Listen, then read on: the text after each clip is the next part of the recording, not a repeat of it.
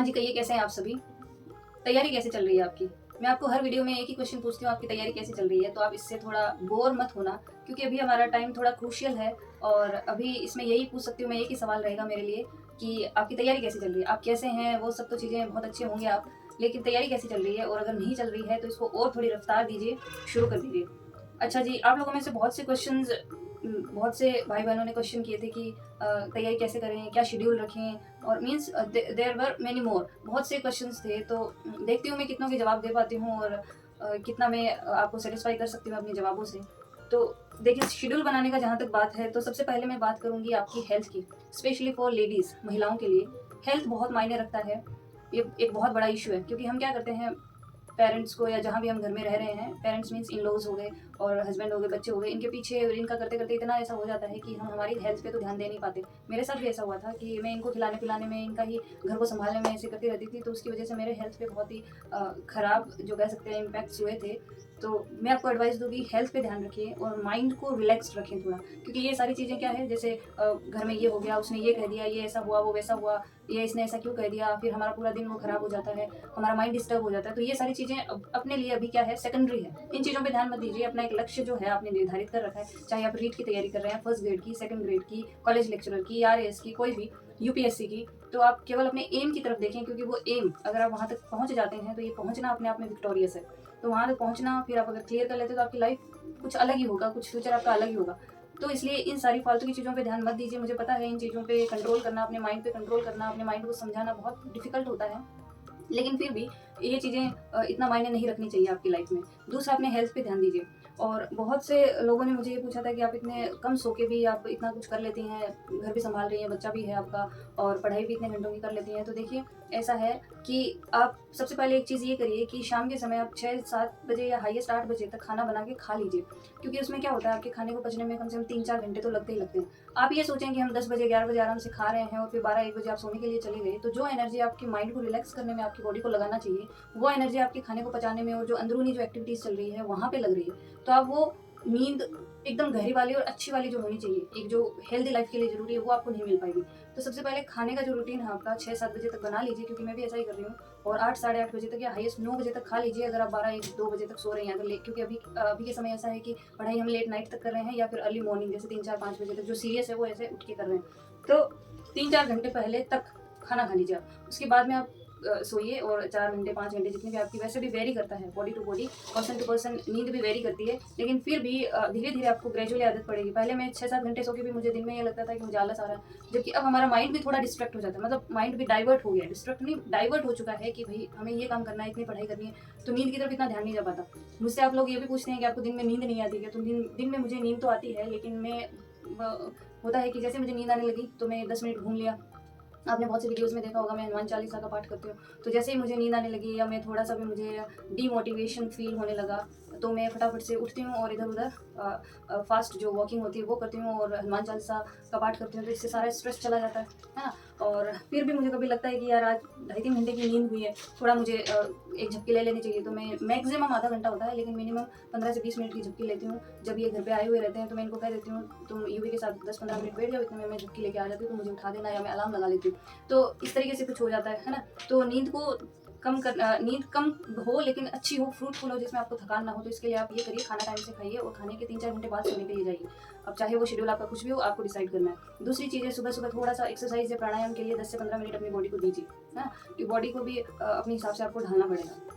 Mind को fresh रखने की कोशिश करिए, माइंड को रिलैक्स रखने की कोशिश करिए। इसके लिए मेरी तरफ से मैं आपको सजेस्ट करूँगी, स्पिरिचुअलिटी से जुड़िए। कहने का मतलब ये है कि आप किसी भी मज़हब के हों, हिंदू, मुस्लिम जो भी हैं, लेकिन आप जैसे मैं हनुमान चालीसा का पाठ करती हूँ, तो आप भगवान जी का इनका थोड़ा ध्यान करते हुए, क्योंकि ये आपको बहुत स्ट्रेंथ देते हैं। बुरे समय में इंसान, चाहे आपके माता-पिता, भाई-बहन, दोस्त, यार, कोई काम नहीं आने वाला, काम आएगा तो वो सिर्फ़ एक, जिसने हमें बनाया, अगर आपका विश्वास है तो। तो उसमें थोड़ा-सा उसकी तरफ झुकिए, उसको बोलिए, उससे प्रार्थना करिए कि हमें थोड़ी हिम्मत दे दो। किस लिए? हिम्मत हर तरीके की चाहिए होती है, महिलाओं को स्पेशली हिम्मत हर तरीके की चाहिए होती है। तो स्पिरिचुअली थोड़ा-सा अपने आप को फिट बनाइए, थोड़ा-सा अपने आप को स्ट्रॉन्ग बनाइए, क्योंकि आपको वहाँ से थोड़े बेनिफिट्स मिल जाते हैं। इसके अलावा और 2-4 चीज़ें और हैं, जैसे आप अपने टाइम को वेस्ट वेस्ट मत करिए, टाइम को बिल्कुल भी ज़ाया मत करिए। 10 मिनट भी आप इधर उधर बैठ के गॉसिप कर रही हैं, फ़ोन पे अगर आप चैटिंग कर रही हैं या बातचीत कर रही हैं, तो वो थोड़ा सा कम कर दीजिए। एग्ज़ाम के बाद 2-3 महीने के बाद तो खूब करिए, आपको कोई रोकने वाला नहीं है, पर अभी के लिए आप थोड़ा सा उसको कंट्रोल करिए। फिर है मोबाइल हो गए, लैपटॉप हो गए, टैबलेट्स हो गए, मीन्स इन सब चीज़ों से थोड़ा सा, जो गैजेट है, क्योंकि ये हमारे माइंड को बहुत डिस्ट्रैक्ट करते हैं, इनसे अपने आप को थोड़ा दूर रखिए। हाँ, पढ़ाई के समय आपको यूज़ करना पड़ रहा है तो उसको 2 घंटे 3 घंटे इतना यूज़ होता है वो होगा मेरे हिसाब से पूरे दिन में। लेकिन उसके अलावा अगर आप बार बार उसको व्हाट्सअप खोल रहे हैं, फेसबुक, इंस्टाग्राम अगर आपके पास है, तो मैं तो इन चीज़ों को प्रीफर नहीं करती। मेरे पास ज़्यादा से ज़्यादा फेसबुक मिलेगा, तो फेसबुक में मैं महीने 2 महीने से एक बार संभालती हूँ, वो भी कभी स्क्रॉलिंग अप डाउन करके टाइम अगर सामने आ जाता है अचानक से तो। इसके अलावा इंस्टाग्राम पे भी हूँ मैं, लेकिन उस पर कोई मतलब रेयरली कोई 6 महीने से एक बार मैं चली जाती हूँ। मतलब ऐसा ही है, ना होने के बराबर ही है। ज़्यादा से ज़्यादा मेरे पास व्हाट्सएप है जिसपे मेरे कुछ इंपॉर्टेंट फ्रेंड्स या फैमिली के कुछ मेंबर्स जुड़े हुए हैं, इसके अलावा कोई नहीं है। अच्छा, हमेशा ट्राई टू बी पॉजिटिव, है ना? पॉजिटिव रहिए, और लोग आपके पास जितने भी नेगेटिव हो, कोई फ़र्क नहीं पड़ता, आप अपने आप को पॉजिटिव रखिए। इससे क्या होता है, पॉजिटिव वाइब्स अगर आपके आसपास हैं, अगर वो आपने ही फैला रखी है, तो मेरे हिसाब से काफ़ी है, सफिशिएंट है आपके लिए। पॉजिटिव कुछ चीज़ें देखिए, कुछ जो मोटिवेशनल कुछ वीडियोज़ देखिए, और कुछ अच्छे सॉन्ग्स सुनिए। जैसे नेट जब मैं क्रैक करने वाली थी और नीट जब मैं तैयारी कर रही थी, तो उस टाइम एक तो मैं सुल्तान मूवी का जो अच्छा सा इंस्पिरेशनल सॉन्ग है वो सुना करती थी, या फिर दंगल मूवी का वो वाला गाना। वो 2 गाने में जैसे मुझे नींद आने लगती वो चला देती थी मैं। एनी टाइम मेरी प्लेलिस्ट में ऊपर ही ऊपर रहता था वो, और मैं उसको सुनती थी, उसको चला देती थी। मतलब एक जोश भर जाता है, मतलब कुछ भी कर सकते हैं आपके लिए, कोई भी ऐसे मोटिवेशन का, इंस्पिरेशन का काम कर सकते हैं। तो मैं ऐसा करती थी।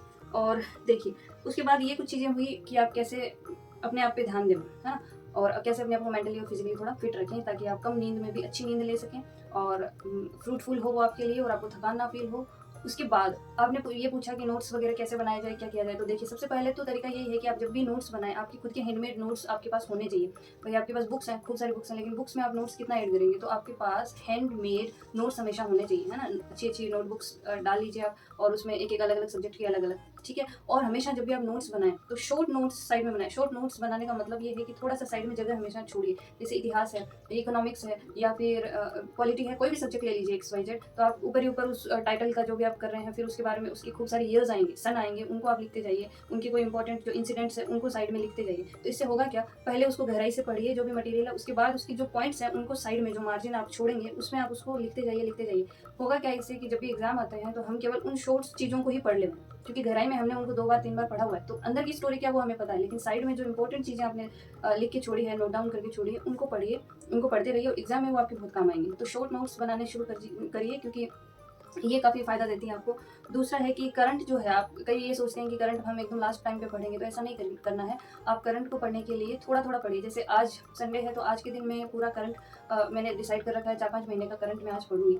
तो अब जैसे ही 2-3 दिन बाद में जैसे मेरा मन हुआ, या संडे को डिसाइड कर रखा है मैंने, तो उन्हीं को रिवाइज़ करूँगी और नया करंट पढ़ लूँगी। तो ऐसा नहीं है कि आप लास्ट में 15 दिन में क्यों पढ़ लेंगे, ऐसा मत सोच के करिए उसको। करंट को थोड़ा-थोड़ा पढ़िए, बहुत ज़्यादा इसको तवज्जो देना भी ज़रूरत नहीं है, पर इंपॉर्टेंट जो चीज़ें हैं करंट की, उनको अच्छे से पढ़ते जाइए, और साथ-साथ में पढ़ते जाइए। ऐसा नहीं है कि एकदम लास्ट में आप पढ़ें, क्योंकि लास्ट वाले टाइम हम बहुत पैनिक हो जाते हैं, और बहुत सा मटेरियल हमारे पास होता है शेष, है ना, जो बच जाता है। तो रिमेनिंग उस पोर्शन को पढ़ने के चक्कर में हम फिर हमारे पर दबाव भी बहुत ज़बरदस्त आ जाता है कि अभी तो करंट भी पढ़ा है, ये करूँ वो करूँ। लेकिन ये चीज़ें अगर आपके साथ साथ पढ़ी हुई होंगी तो अच्छा रहेगा, आपको इतना बर्डन नहीं होगा, स्ट्रेस नहीं होगा, डिप्रेशन में आप नहीं जाएंगे एग्जाम के टाइम। क्योंकि एग्जाम का भी थोड़ा फोबिया होता है, जो मुझे कभी हुआ करता था 10th क्लास तक। तो उस टाइम फिर आप कुछ कर नहीं पाते हैं, एकदम डर जाते हैं आपकी, ये भी पढ़ा है वो भी पढ़ा है।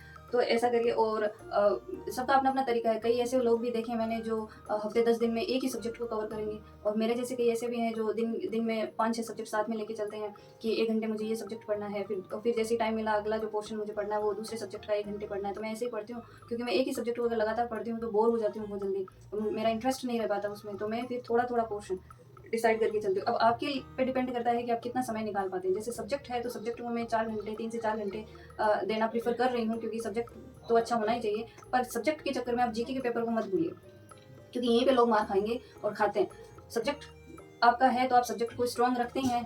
ऑब्वियसली सब्जेक्ट सबका स्ट्रॉन्ग होता है जो सीरियसली तैयारी कर रहे हैं, लेकिन असल में जो मात खाते हैं वो जीके के पेपर में खाते हैं। और हम ये जीके के पेपर को, कई लोग ऐसे हैं जो बहुत हल्के में लेके चलते हैं कि लास्ट में कर लेंगे, और लास्ट में आके जीके इतना मतलब इतना लंबा चौड़ा है ना, सारे सब्जेक्ट्स मिला के बहुत लंबा चौड़ा है, तो इसको भी टाइम देते जाइए। क्योंकि जीके के पेपर में हम जितने ज़्यादा मार्क्स हम खींच लेंगे उतना ही हमारे लिए बढ़िया है, क्योंकि जीके के पेपर में ही आधे से ज़्यादा कैंडिडेट से वो आउट हो जाते हैं। इसलिए जीके के पेपर पे भी पूरा ध्यान दीजिए। इसके अलावा जो भी आज आपने पूरे दिन में पढ़ा है, अब आप कल अर्ली अर्ली मॉर्निंग अगर उठते हैं, कोशिश ये करिए अर्ली मॉर्निंग उठे। कई है जो मेरे जैसे अर्ली मॉर्निंग वाला बहुत कम ही सेट बैठता है, तो मैं लेट नाइट तक, मेरे से चाहे अगले अगर 3 बजे 4 बजे 5 बजे तक मुझे बिठा लो, कोई दिक्कत नहीं है, लेकिन मैं सुबह उठ के पढ़ पाऊँ ऐसे चांसेस कम ही हो पाते हैं। और आपने वीडियोज़ में भी देखा होगा, मैंने कम ही वीडियोज़ बना रखे हैं जो अर्ली मॉर्निंग वाले हैं। और बीच में मैंने ऐसा भी ट्राई किया था कि एक हफ्ते में अर्ली मॉर्निंग उठूँ, फिर एक हफ्ते अगले हफ्ते जो भी होगा उसमें लेट नाइट तक पढ़ूंगी, लेकिन वो शेड्यूल मेरा बहुत ज़्यादा चला नहीं, मैं लेट नाइट तक की ही सिटिंग कर पाती हूँ। तो जैसे ही आप सुबह उठते हैं अगले दिन, तो पहले दिन आपने जो कुछ पढ़ा है उसको रिवाइज करिए। जैसे मैं क्या करती हूँ, सुबह उठी या जब भी सुबह बैठी 10 साढ़े 10 बजे बैठती हूँ मैं पढ़ने के लिए, तो इकोनॉमिक्स पढ़ती हूँ। तो इकोनॉमिक्स में क्या होता है, जो कुछ भी मैंने कल तक पढ़ा था उसको थोड़ा रिवाइज कर लेती हूँ, फिर आगे का पढ़ती हूँ। ऐसे ही फिर मैं थोड़ी देर बाद में जब मैं आर्ट एंड कल्चर पढ़ूंगी, तो आर्ट एंड कल्चर में जो मैंने पहले थोड़ा सा पढ़ा है, मुझे लग रहा है कि ये वाला पोर्शन आज मुझे रिवाइज करना है, तो ये कर लेती हूँ। फिर अगले दिन उसके अगला जो पोर्शन है वो पहले रिवाइज करती हूँ, फिर आगे का पढ़ती हूँ। तो दिस इज द वे, आप थोड़ा रिवाइज भी करते जाइए। पढ़ के छोड़ते जाएंगे तो फिर वो टाइम भी वेस्ट हो रहा है, और नहीं आप उसको वापस रिवाइज कर रहे हैं, इसका मतलब आप उस पर ज़्यादा ध्यान नहीं दे पा रहे हैं। और अगर आप उसको रिकॉल करते रहते हैं लगातार, तो वो आपका माइंड अच्छे से ग्रैस्प कर लेता है चीज़ों को। इसके अलावा एनालाइज कर करके पढ़े चीज़ों को। जैसे राजनीति विज्ञान है, तो राजनीति विज्ञान में ऐसा है कि आप राष्ट्रपति पढ़ रहे हैं या राज्यपाल पढ़ रहे हैं, तो राज्यपाल को उसको नॉमिनेटेड ही क्यों किया जाता है, मतलब उसका निर्वाचन ही क्यों किया जाता है, इलेक्टेड क्यों नहीं होता है, वो उसका चुनाव क्यों नहीं होता है। मीन्स ऐसे कई चीज़ें हैं, कई सवाल हैं जिनको आप थोड़ा एनालाइज करिए, जानने की कोशिश करिए। जैसे अध्यादेश क्या है, मुझे थोड़े समय पहले तक नहीं पता था अध्यादेश क्या है, उसका क्या है। तो अध्यादेश ये एक ऑर्डिनेंस होता है, तो हो सकता है आप सबको पता हुई, लेकिन उसको एनालाइज किया, फिर मैंने इधर उधर छानबीन की कि भाई अध्यादेश क्या है। तो अध्यादेश क्या है, मंत्रिमंडल है, उसमें पहले जो विधानसभा है वहाँ से एक ऑर्डिनेंस जब निकलता है, तो कानून जब बनाना होता है तो हमें वहाँ से पास होगा कोई भी विधेयक, उसके बाद में फिर उसमें विधानमंडल में जाएगा, फिर राज्यपाल के साइन होते हैं, तब जाके वो एक कानून का रूप बनते हैं। लेकिन ऑर्डिनेंस ऐसा भी होता है कि जब सेशन नहीं चल रहा है ना, विधानमंडल का जब उसका सेशन नहीं चल रहा है, तो उस समय फिर अगर राज्यपाल को लगता है कि कुछ जरूरी कानून बनाना जरूरी है या कोई कानूनी कार्यवाही करनी बहुत जरूरी है, तो उसमें फिर वो एक खुद ही साइन करके वो 6 सप्ताह के लिए एक वो ऑर्डिनेंस निकाल देता है, उसी को अध्यादेश कहते हैं। लेकिन वो 6 सप्ताह तक ही उसका टेन्योर होता है, वो ज़्यादा उसके बाद वैलिडिटी उसकी खत्म हो जाती है। अगर उसको और लंबे तक चलाना लगता है कि नहीं ये सही कानून राज्यपाल लाए हैं और इसको लंबा तक चलाना है, तो फिर आपको विधानमंडल में से, दोनों सदनों में से उसको पारित करवाना पड़ेगा, फिर जाके राज्यपाल के साइन होंगे और फिर वो कानून का रूप लेगा। मतलब एक अब गहराई में जाके एनालाइज करके, विश्लेषण करके चीज़ों को पढ़ रहे हैं, तो वो आपके माइंड में छप जाता है। अब मैं अध्यादेश कभी नहीं भूलूंगी, लेकिन कुछ सालों पहले तक मुझे अध्यादेश का मतलब नहीं पता था। और ऐसे ही राष्ट्रपति है, उसको निर्वाचित क्यों किया जाता है, उसका चुनाव क्यों नहीं होता है, वो इलेक्टेड क्यों नहीं होता है, या राज्यपाल है उसको निर्वाचित क्यों किया जाता है। तो इस तरीके के कुछ सवाल हैं जो आपके आते जाएंगे, हर सब्जेक्ट में आएंगे, आपकी लाइफ में भी आते होंगे, क्यों है, कैसे है, थोड़ा रीजन जानने की कोशिश करें, थोड़ा एनालाइज करें चीज़ों को, तो इससे गहराई तक आप जाएंगे अगर, तो चीज़ें अच्छे से माइंड में बैठेंगी आपकी। तो ये कुछ चीज़ें हैं रूटीनली जो आप करें, इससे आपको बहुत हेल्प मिलेगी। और भी बहुत से आपके सवाल जवाब थे जो अभी मुझे याद नहीं आ रहे हैं। किसी दिन मैं पूरा मोबाइल में जो आपके कमेंट्स हैं उनको लेके बैठूंगी, उनको लिख के उनके जवाब आपको दूंगी अपनी तरफ से, जितना मेरे से हो पाएगा। इतना मैं कोई महान व्यक्तित्व मैं भी नहीं हूँ, पर जितनी मेरा जो है ज्ञान है जिस तरीके का, मैं थोड़ा बहुत आपके साथ शेयर करने की कोशिश करूँगी।